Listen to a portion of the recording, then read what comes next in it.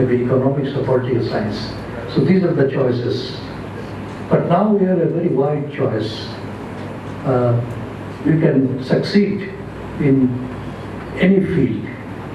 Previously, our guardians used to force us to certain professions. But now, this particular sort of inhibition, not to allow the children to go for, say, music or fine arts, any other branch of fine arts, creative writing. Many of the students are going into these fields really succeeding. So it's not only science, although Munir and I have been working over the years to promote science education, because we strongly feel that at this stage of our development, science and technology would have to play a very important role. And unfortunately, science education, the quality had declined over the years. Now, again, it's changing. As is reflected in the performance of our national team in many of the events. I would like to remind those of you who haven't read that Bangladesh team in the last International Mathematical Olympiad secured 33rd position among 103 teams. And they beat all the other South Asian countries. India, Pakistan, Sri Lanka, they're all below. The position was below Bangladesh. So we are really coming up, our team is coming up. Similarly, in computer programming contest, Bangladesh teams, university teams performing very well. Now going back to the quality of education, many of you have read about the success of young scientists and engineers who have made their name in various fields of science and technology, be it in academia or in the profession. One person who actually graduated from what is now BUET, I'm sure Mr. Anwar Amin knows him very well, Dr. Fazlur Rahman Khan,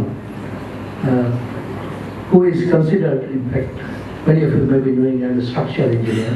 So in my field, he is considered as one of the top 4 structural engineers of 20th century. Although he is known for designing high-rise buildings, but there are other structures he designed and built, which are of different type. For example, suspended structure, the Jeddah airport terminal. The reason I mentioned his name is that having completed undergraduate education here, he went on to become one of the greatest structural engineers of the 20th century and earned the nickname of Einstein of engineering, because he innovated, he introduced so many new concepts that Engineering News Record, a prestigious magazine in USA, coined the term Khan is the Einstein of engineering. So I mentioned his name just to say that undergraduate education, receiving undergraduate education, you can go ahead and make your name known by contributing to development of science and technology. Now coming to more recent graduates, last month you might have noticed there was a news item that one of our recent graduates from BUET, he has been included in the 100 top engineers and scientists in USA. He graduated from BUET and is now teaching in University of California at Berkeley. And also the other achievement which was highlighted thanks to Munir in Prothomalo, the inventor of the first self-propelling nanobot, a former student of mine. The first time anyone has developed a robot which is self-propelling and in the scale of 10 to the power 9 meter, this nanoscale. The future, in 10 years' time, the senior citizens who are here and have cardiac problems, the prediction is that you will be able to send small robots to clean your arteries. You no longer require open heart surgery or even stenting, the angioplasty, but like dredgers, nanoscale dredgers will be sent to clear your arteries. And this would be maybe due to the pioneering work which is being done at the University of Illinois, Urbana-Champaign, by Tahir Saif, my direct student who did his undergraduate thesis under my supervision. Another example is that it's now easier to switch from one branch to another. Tahir Saif graduated in civil engineering. He went to USA, did his master's, PhD in civil engineering, and switched over to mechanical engineering. And now he's he's a professor of mechanical engineering. Similarly, from physics to electrical engineering, computer science. There's a Bangladeshi professor, was a professor of economics and mathematics. Similarly, one of my friends from St. Gregory's, he did his PhD in physics, but became a professor of chemistry in University of Trieste, Italy. The reason I'm mentioning that as you move up in research, many of the fields actually converge. So you can move from one field to another. So now that you will be selecting the subject of your study, and those of you who would be going to North America would realize that they don't want to, good universities, they do not want to push you into any of the specialization. Some of the top universities, for the first 2 years, an undergraduate doesn't have to declare any major field.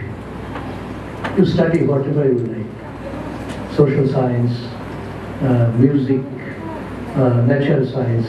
Then at the end of second year, by which time you've earned half the total number of credits, then you start selecting, okay, I'd like to study engineering. Unlike our system at the moment, it's very difficult to change in our country. When I started Black University, our model was the liberal arts model of North America. And then I thought that it would be difficult to sell this idea. Whenever you mention liberal arts, people think it's arts. But liberal arts is not arts. The term I coined, which is still being used, is broad-based education. That is very important in today's world. So my message to the young graduates is that whatever you may be studying, try to expand the base of your subjects rather than trying to focus on a particular field. In future, I've found that those who have succeeded in our generation, the next generation, they're the people who actually took a lot of interest in different subjects rather than confining their study to one particular field.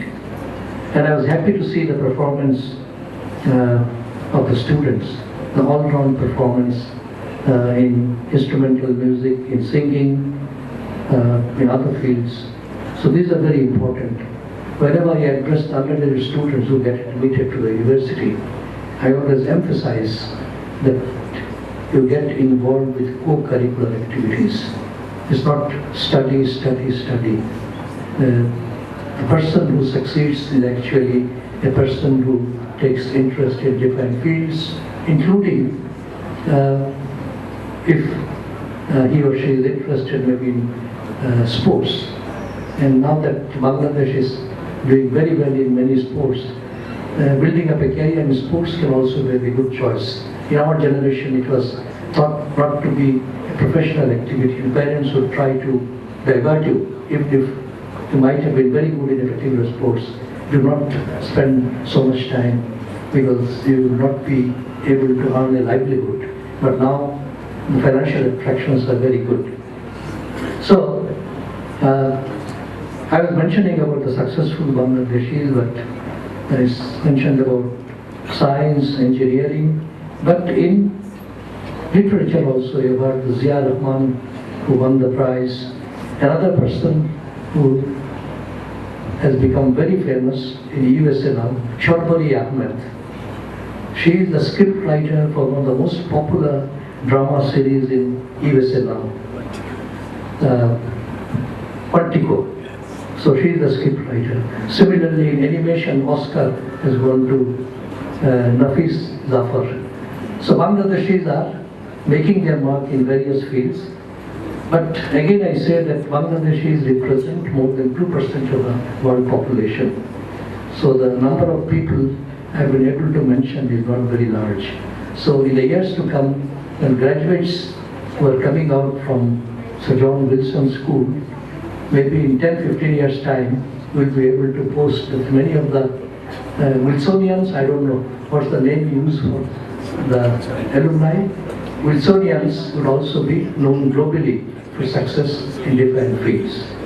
So in these few words, I'd like to congratulate all the graduates and conclude by saying again, reiterating, that for you, the young generation, the sky is the limit.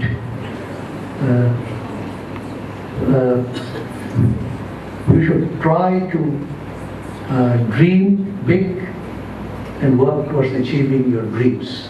No one can stop you. That's the message. Last point is, and if you, fortunately, our government has started trusting Bangladeshis in achieving or in implementing big projects. And the first success we're looking forward to in 3 years' time is implementing the Padda Bridge with which I'm associated. The first time in our country or in the region, I think, a government has reposed their confidence in their own nationals to implement a mega project like this. And I'm sure when you grow and join different professions, there will be many more challenges which you have to face, and those policymakers who will be taking decision would be able to repose their confidence in you, and you'll be able to lead Bangladesh in the future. So, thank you. Thank you, sir. I'm sure all of us here will remember those words for years to come. I would like to request the Honorable Chief Guest to please remain on stage.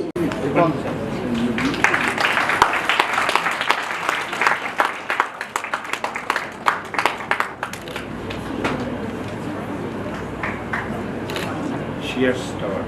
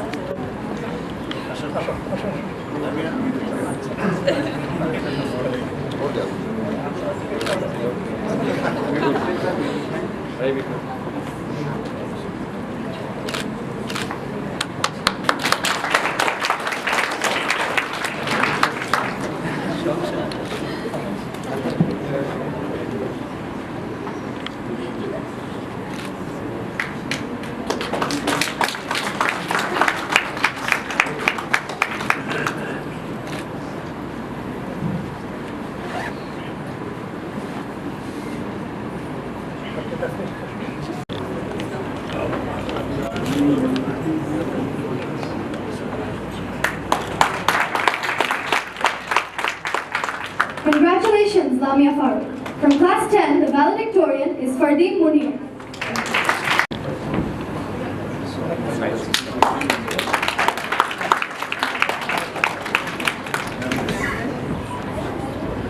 The second award is for Best Display of School Spirit, in recognition of good behavior, maintaining school discipline, and being supportive towards peers.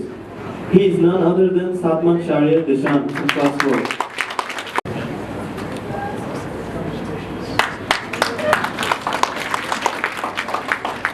Congratulations, Salman. From class 10P, we have Taskir Uzzaman for Best Display of School Spirit, and from class 10M, Maisha Samiha Mahmood.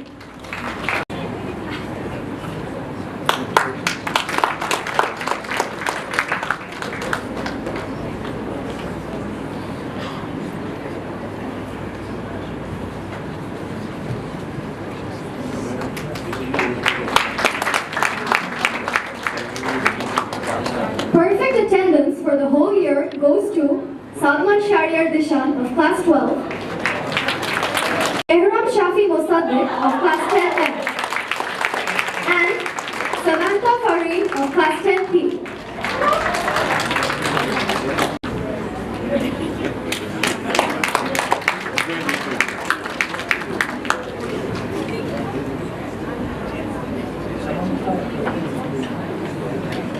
And the final award, Best Athlete of the Year, goes to, once again, Salman Shariar Dishan from Class 12.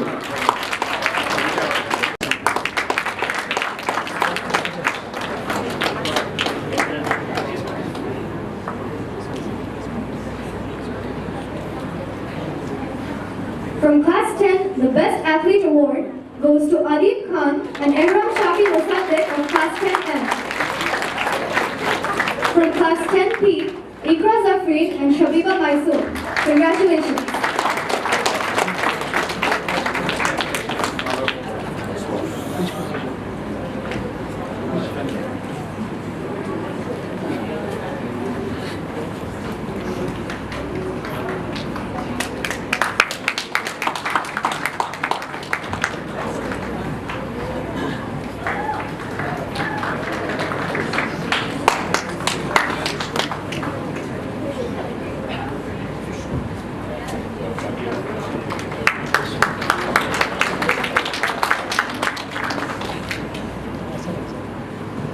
We would like to humbly request the Honorable Chief Guest to kindly take his seat.